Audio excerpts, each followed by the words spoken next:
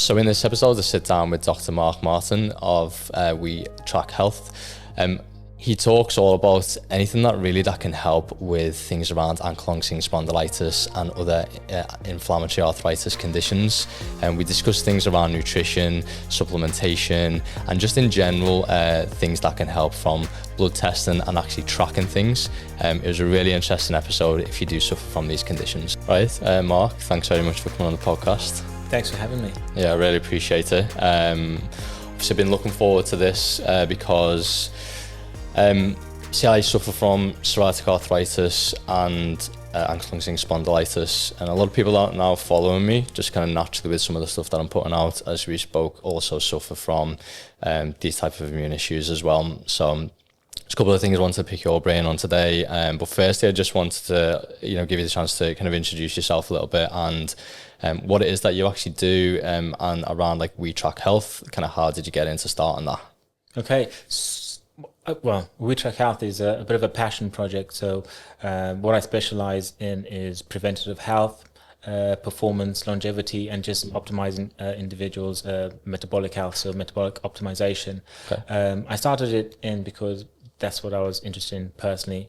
Myself, and I wanted to share my knowledge and hopefully combine what I do on a day-to-day basis with my profession and how I make money as a doctor. Mm-hmm. So my current job in We Track Health and my background as a NHS GP, they kind of complemented each other. So the real part of the job of being a doctor that I'm interested in is preventative health and longevity. So that's how We Track Health started.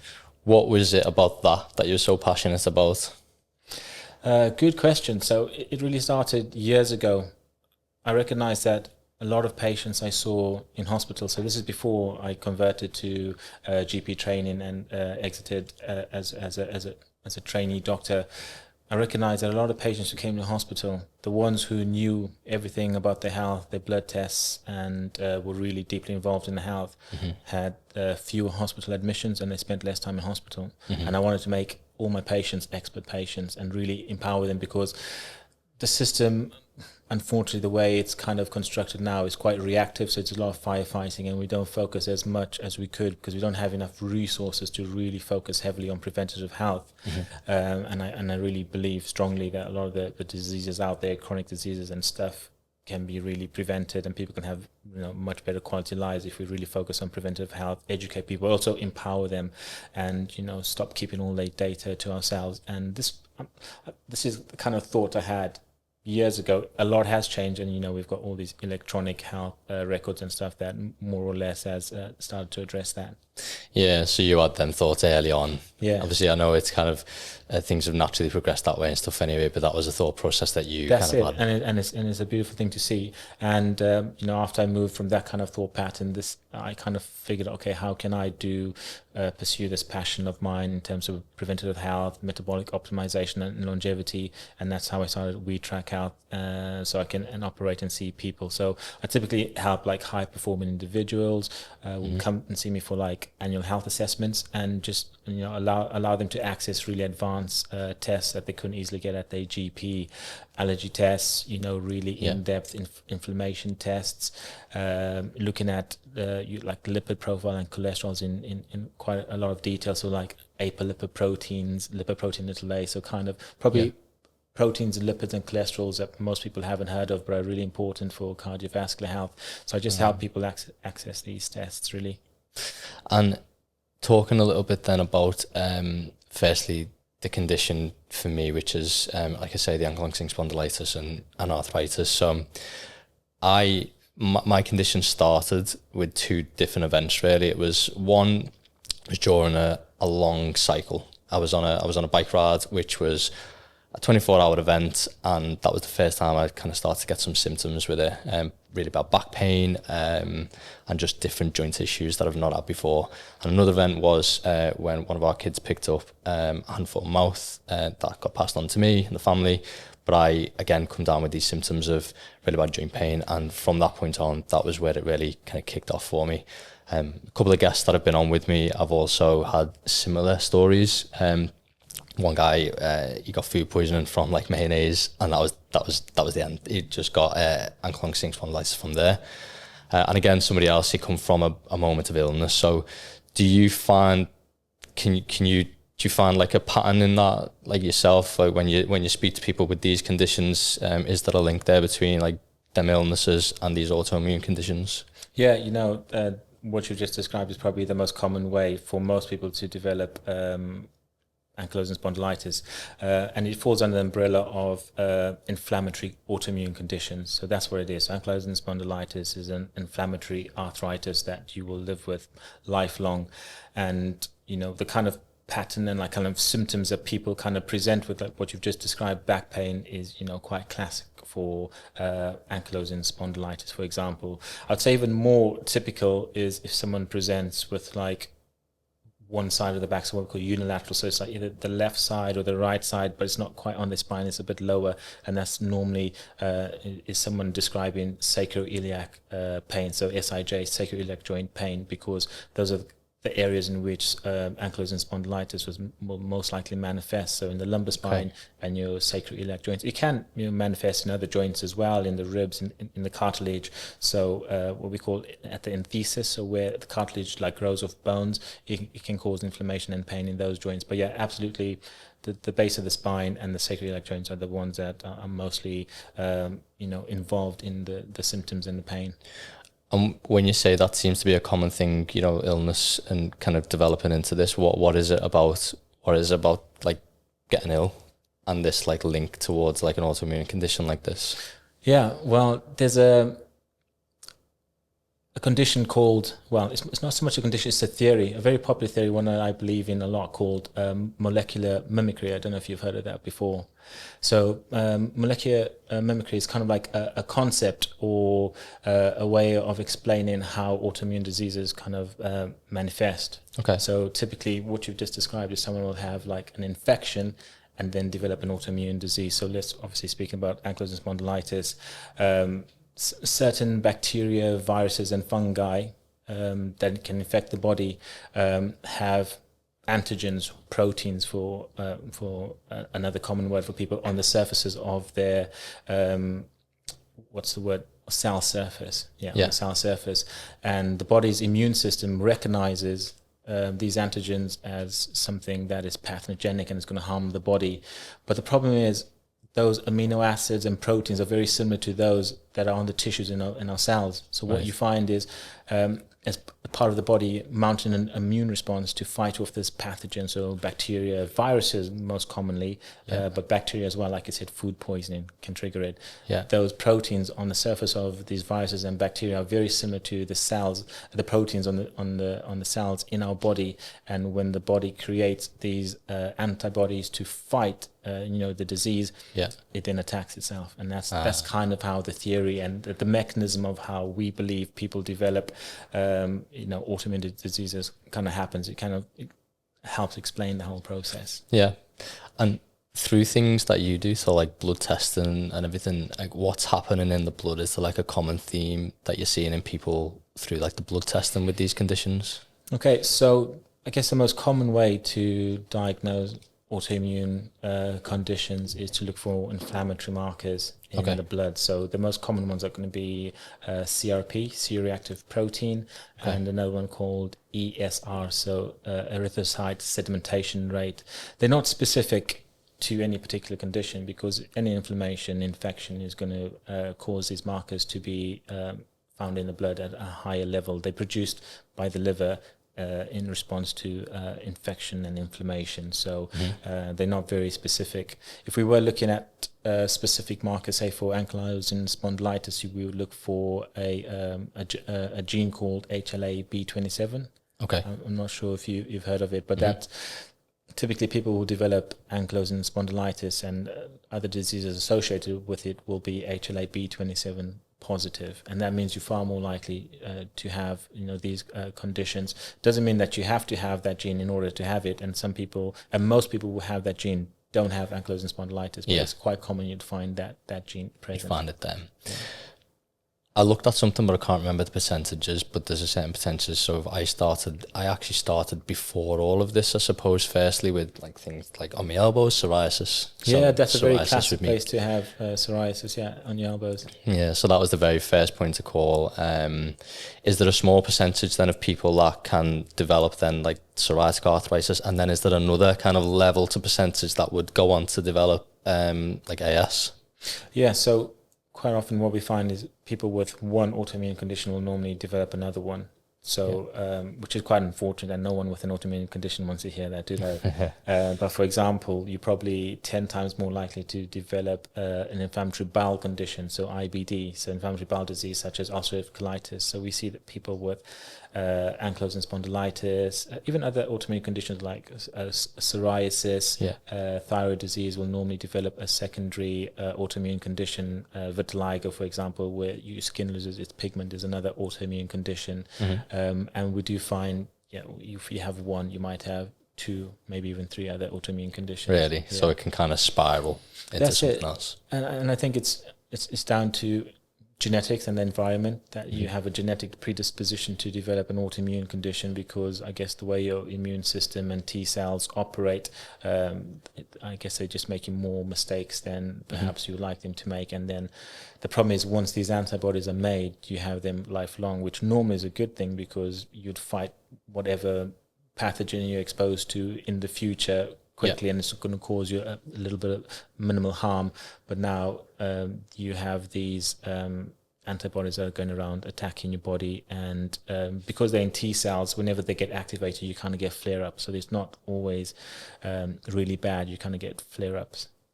Yeah, I mean, flare-ups is one of the things that I will get onto. And I think the next point for me really was around that medication piece, because when I was diagnosed, obviously I went onto a path of medication, and this is something that seems to be different with everybody that I speak to. So some people go on to some like probably more intense medication right from the off. I was put onto like prescription, I can't remember the name, but it was prescription anti-inflammatories.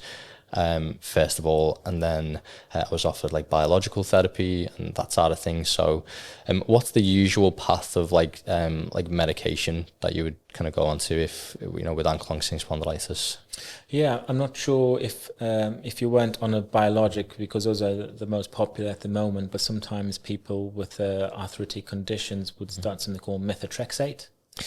Yeah, so this is the thing. So people that I've been speaking to do seem to start on that. No, I never. So I wasn't offered that one. It was an anti-inflammatory, but then it was straight to, I didn't go onto the biological in the end, but it was straight to an offer of biological. But then some people I speak to, it's kind of like they don't get offered biologics, but they're stuck on this, that other one that you mentioned. So is there like a kind of official path that you're meant to be going on with this condition, or? So I guess how we understand the pathophysiology, to know what is the disease process and why people are feeling the way they do, it's because it's inflammation, number one, and it's autoimmune related. So what you want to do is you want to dampen the immune response. So we're looking at medications that just stop the body from overreacting, essentially. So a lot of these medications will look to reduce 2 types of like inflammatory proteins. One is called TNF alpha. So these medications essentially stop the body from producing these inflammatory proteins that kind of drive the disease and the symptoms and make the pain and the inflammation worse. So it'll either be TNF alpha, so TNF inhibitors, or interleukin inhibitors. So interleukins are basically proteins that are released by the body in response to inflammation, infection, and also in autoimmune conditions. So the biologics will either stop TNF A from being produced, or IL-17. So there's a number of different names.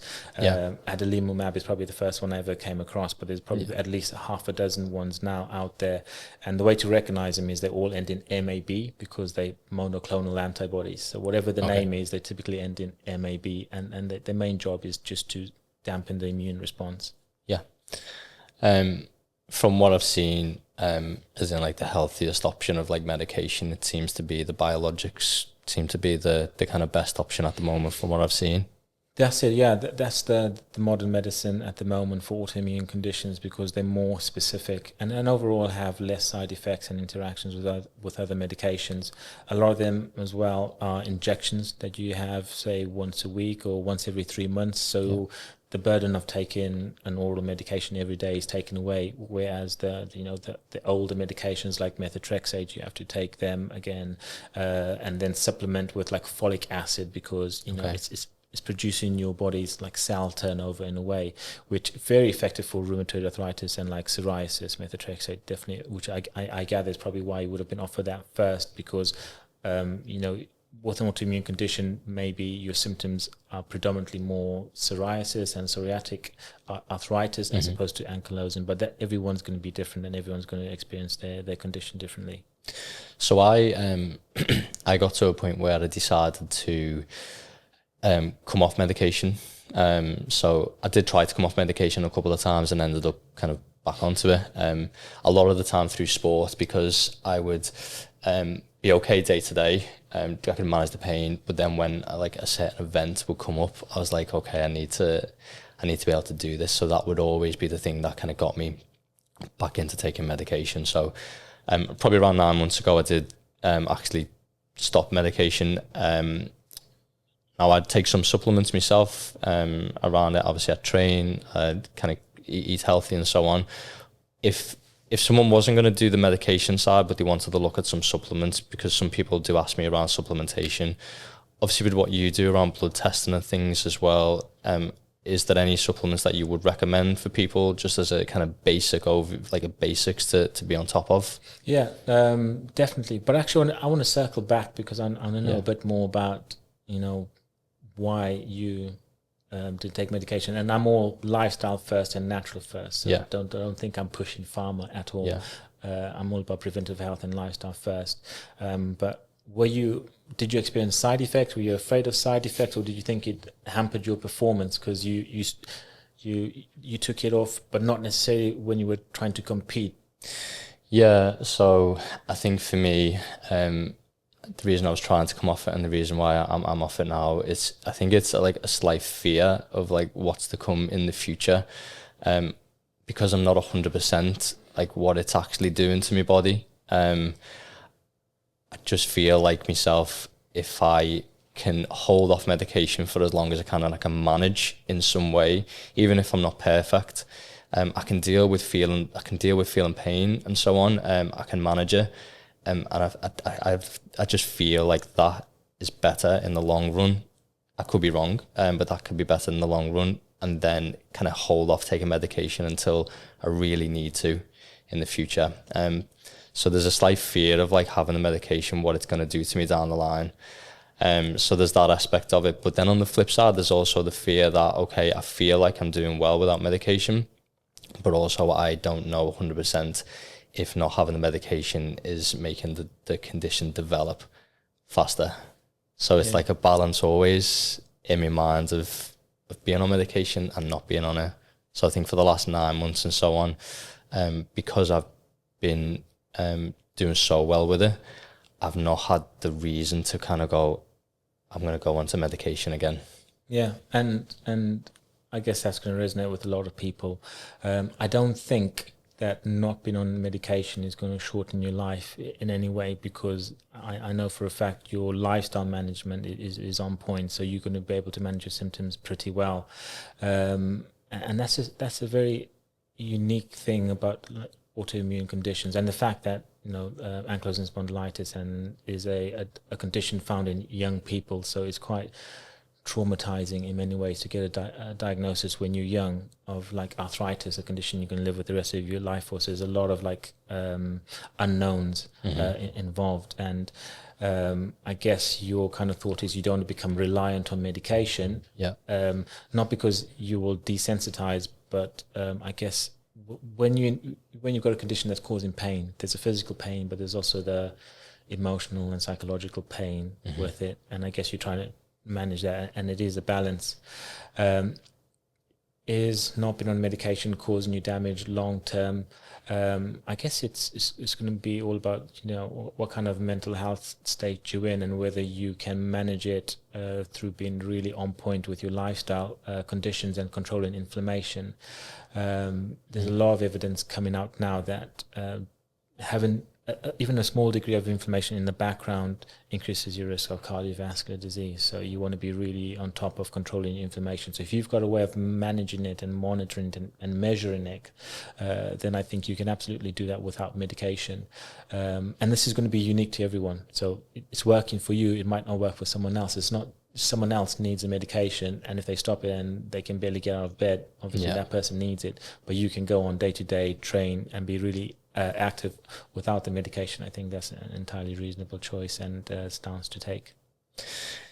Yeah, and I think I'm in that point, obviously, with me starting this whole kind of thing around, you know, sharing my journey and stuff as well. I try not myself personally to give any advice around it, because I realise it's a very personal choice for people to decide what they want to do. Everyone's going to experience the disease differently. Some people are going to have really bad, more frequent flares, and that may or may not be because of their lifestyle choices. Some people can be, you know, just as on point with, you know, eating and exercise as you are, but just have more flare-ups. Everyone's going to be different, so it's definitely going to be a personal choice.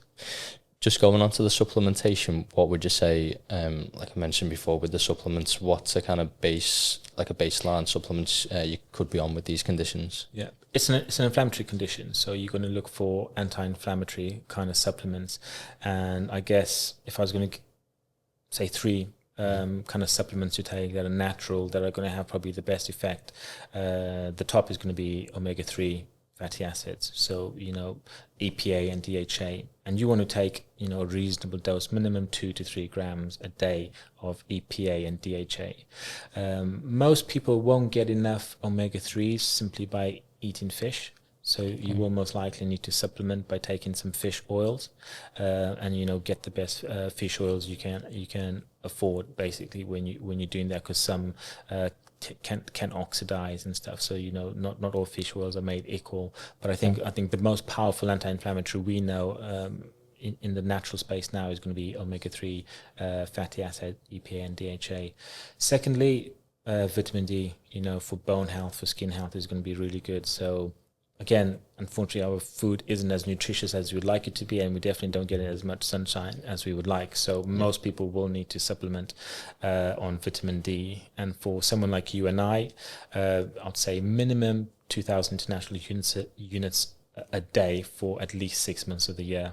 So ideally something you're going to take daily, at least 5 days a week, but aim for minimum 2,000 international units a day. I actually need to take more because I've got darker skin, so it's harder for me to produce my vitamin D through sunlight. So I'm pretty much mostly reliant on diet. So I don't take it every day, but some days I might take, like, say, 4,000. So no one should take more than, say, 4,000 a day. But on average, you should be taking about 2,000 international units of vitamin D3 a day. And that's good advice for anyone, especially if you've got any inflammatory conditions. And I guess thirdly, I'm going to say turmeric. And you know, the active ingredient in turmeric is curcumin, isn't it? So, and that's the compound with the anti-inflammatory properties and benefits. And there's different versions of turmeric and that you can buy as a supplement. Obviously, just adding it to your food is good. I guess turmeric on its own isn't well absorbed in the body because it's not soluble, so you need to take it with certain things that can help absorb it. A lot of people or supplements you'll see will have turmeric with piperine, so black pepper, and that helps absorption in a weird way, because actually it just blocks, you know, an enzyme in the liver from breaking it down, so it's around more, so your body can absorb it. But there's actually some supplements that will have it in like a phospholipid kind of solution that makes it easily more absorbed and assimilated, and it's more bioavailable and bioactive. So yeah, turmeric is going to be another good one. Ginger is good as well, and I guess there's a few other common culprits for as anti-inflammatories, but yeah, turmeric, ginger are going to be my top 2 food supplements. And when we look at nutrition, if you're able to give something again very similar to that, what would be your top kind of points on nutrition, and what type of foods can people go to? with nutrition, I guess the kind of advice I'll give now for nutrition for anyone with an inflammatory condition, which is good advice for anyone really, is to stay away from processed foods. Processed foods are, very pro-inflammatory. They're not going to do your body much good. So you want to stick to whole grain, whole foods, and eat as little processed foods, because you've already got a body that is predisposed and reacts to environmental triggers quite easily. So the last thing you want to do is have foods with a lot of chemicals in it. Because there's another, I guess, theory that's getting more popular now. Not I don't just believe it, but in science and nutritionists believe it, that the food we eat and how our gut is really closely connected to our immune system is really important. And when you're eating processed foods or just low quality foods, you're going to get a lot of inflammation in your gut. And when you get inflammation in your gut, the spaces between the cells open up and you get something called leaky gut. So anyone that doesn't have a good diet or is eating foods that are, the body's a bit intolerant to or is triggering, you're going to have weak junctions or gap junctions between the cells in your gut, and your gut is full of billions of types of bacteria. In the gut, it's healthy.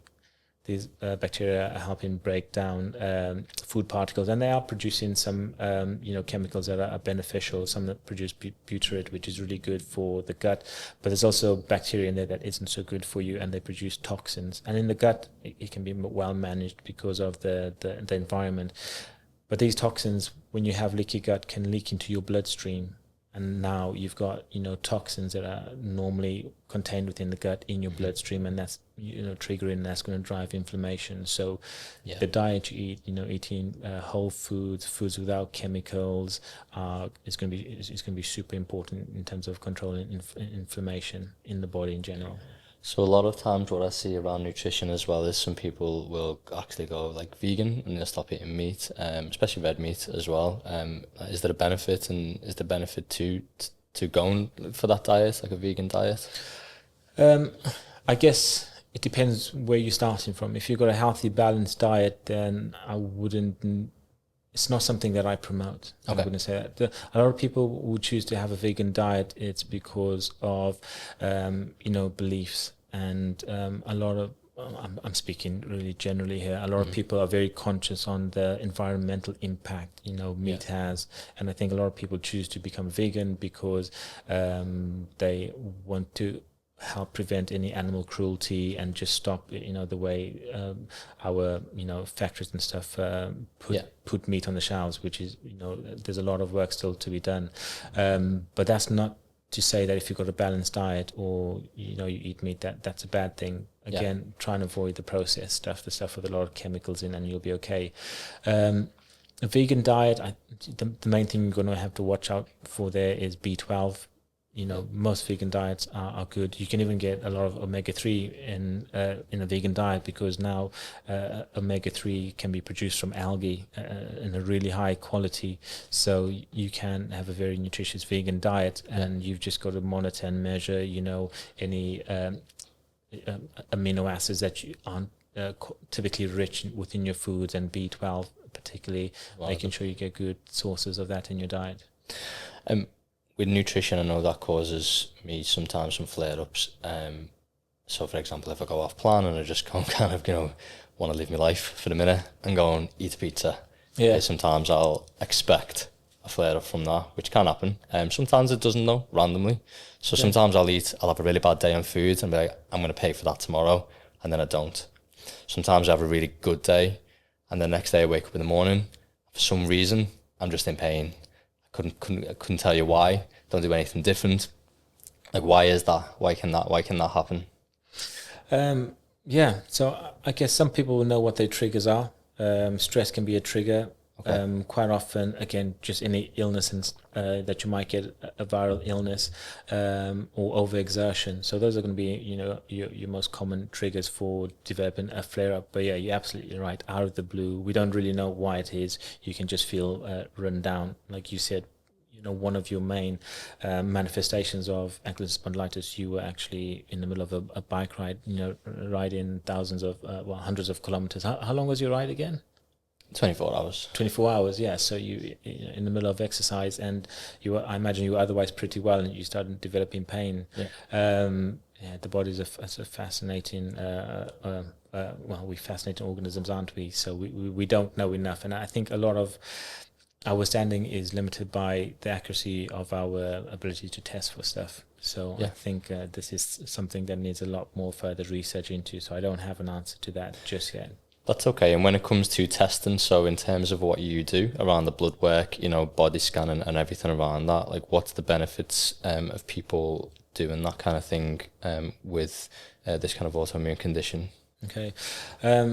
If you can't measure something, you can't manage it. It's very difficult. So, the best way to stay on point with your lifestyle changes, because like you say, you are off medication now, so your main way of managing it is going to be having a healthy diet, taking supplements, exercising so you can maintain mobility.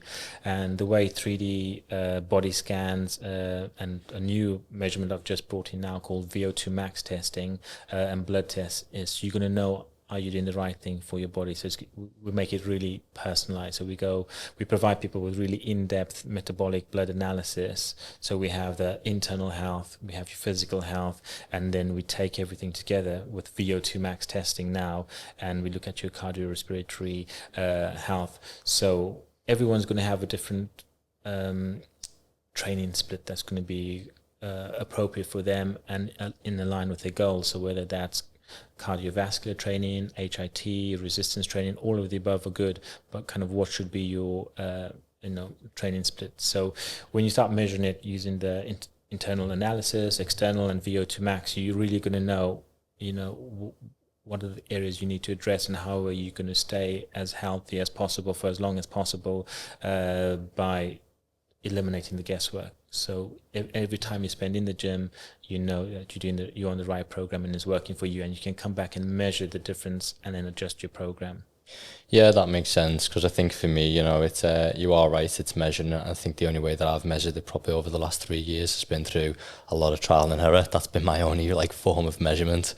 It's trying something, realizing, right, okay, that's not. So I couldn't go on a bench press for probably 2 years, and that used to be my main thing, and I just couldn't do it. Just my wrists just weren't doing it, so I switched over to using cuffs on the wrists and things to do that, and then over time this is a funny one, I started getting back into my bench press and doing it. It was really painful for a while, and then probably over about 2 months, all of a sudden it's just started to get better in my wrists.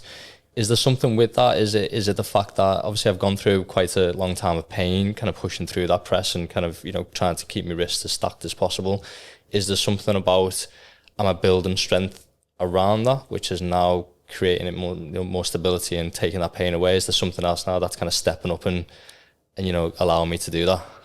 I think, what you do is important. So when you are having a flare up or you have particular joints that are, sensitized, is to rest. So don't try and push through the pain necessarily, adapt. Okay. So what you did is you adapted your workout in a way that you could still train, maintain mobility and strength. And then as your, the disease changed and your joints, the inflammation in your joints reduced, you could start training again. Yeah. I think it's absolutely important. So if you can't particularly do an exercise, don't stop exercising, adapt your exercise, keep going, because maintaining your mobility and strength is going to help you recover faster. And then when you've done that, then you'll find that when the inflammation reduces in your joints, you can start training a bit more. It's not to say that you won't get pain in those joints again months or years down the line, but you're definitely going to have mitigated it, and the chances of you getting pain, it's going to be less frequent and less severe.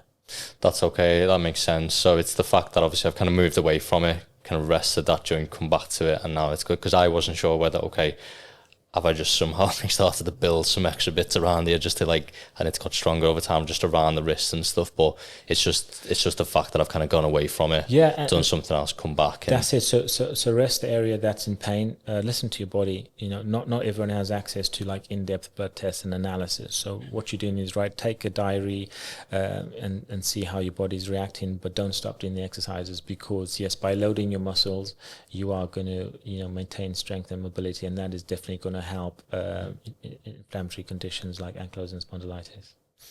Perfect. Right, thanks very much for your time today. It was really good to listen to. Obviously, it's really good for me to listen to, just living with the condition. So, yeah, I really do appreciate your time. What's the best way for people to kind of find you? Okay, the best way for people to find me is online. I've also got Instagram. I'm not as active as I'd like to be, but yeah, wetrackhealth.com, Dr. Martin. So on Instagram, I'm we.track.health, or just search for Dr. Martin. I'm based in Cheshire, so here around Manchester and Liverpool, and I work with a lot of health clubs. Okay, perfect. Thanks very much. Thank you. Cheers. Cheers.